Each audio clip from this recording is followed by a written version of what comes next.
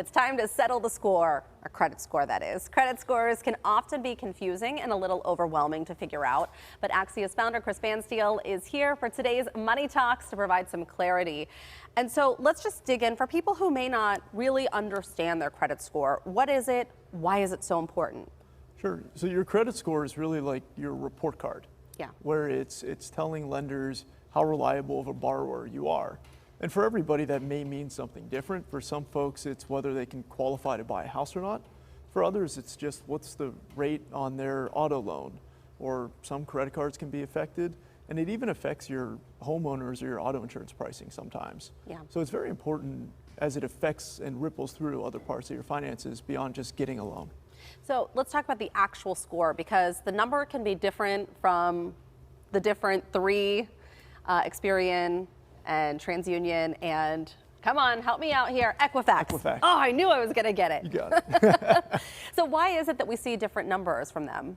Sure. So it depends on where you check. When you go straight to the rating agencies, they do each assign a different rating or amount of influence for the different components of the score, utilization and payment history and what have you, number of accounts. But also, if you go to like a Credit Karma, they're going to use an algorithm called Vantage Score 2 or 3.0 now to predict what that score would reflect. So it's not the exact score, but it's a really good recipe to help you understand what ballpark you're in. All right, so let's talk about the components of the score. You kind of touched on this a little bit. How many factors really go into it? What are they looking at? So most of the scores you look at are going to have 6 factors. I think we're putting them up today. So utilization is just what percentage of the available credit to you are you using at the moment. Okay. Your payment history, we always want that to be 100%. It's what percentage of the time did you pay on time. Yeah.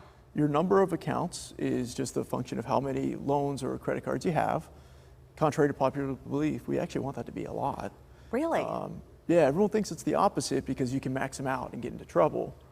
But if you have a big pool of data and you've managed it well, that shows reliability. Right, I see. And then the age of your credit, they want you to have a long history of good behavior.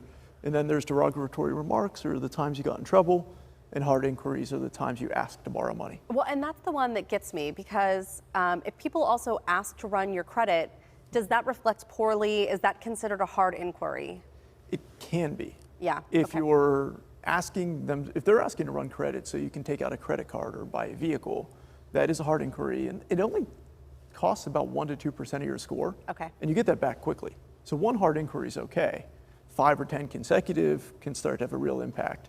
But if they're running your credit as part of a lease for a apartment, or they're running it as part of an insurance underwriting process, no effect on your score. It's informational only. Well, that's good to know. Okay, you brought some smiley faces. We're going to play a game. Yes.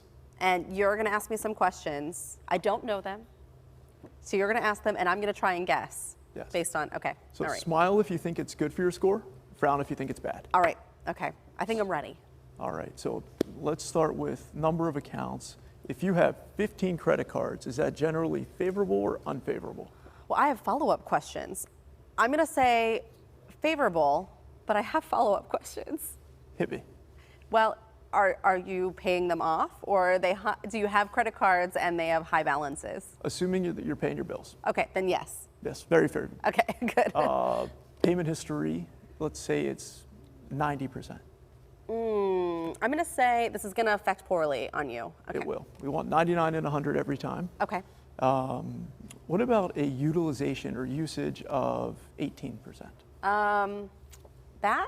Do you want a higher usage? It's right on the line. Okay. 20 and below helps. Okay. So if your credit cards only add up to 20% of your limits and under, that really helps. Okay. 10 is wonderful. That's what we should all aim for. All right. Over 20 is the line. Then bonus question. If you're an authorized user on someone else's credit card and it has all kinds of good history, does that help your credit score or not? No, has to be in your name. Believe it or not, it can help. Get out of town. Yep. So we call it credit piggybacking. And that's one of the best ways that parents can help their children get their credit started. I was added to a Macy's card from my parents when I was An easy 16. one, yeah. And so I'm 35, but I have 38 years of credit history on my report. Because it got you started early. All right, this is really wonderful. Thank you so much, Chris. A lot of really good information. I feel good now. I feel better about my credit. Thank you. We'll see you again soon. Absolutely.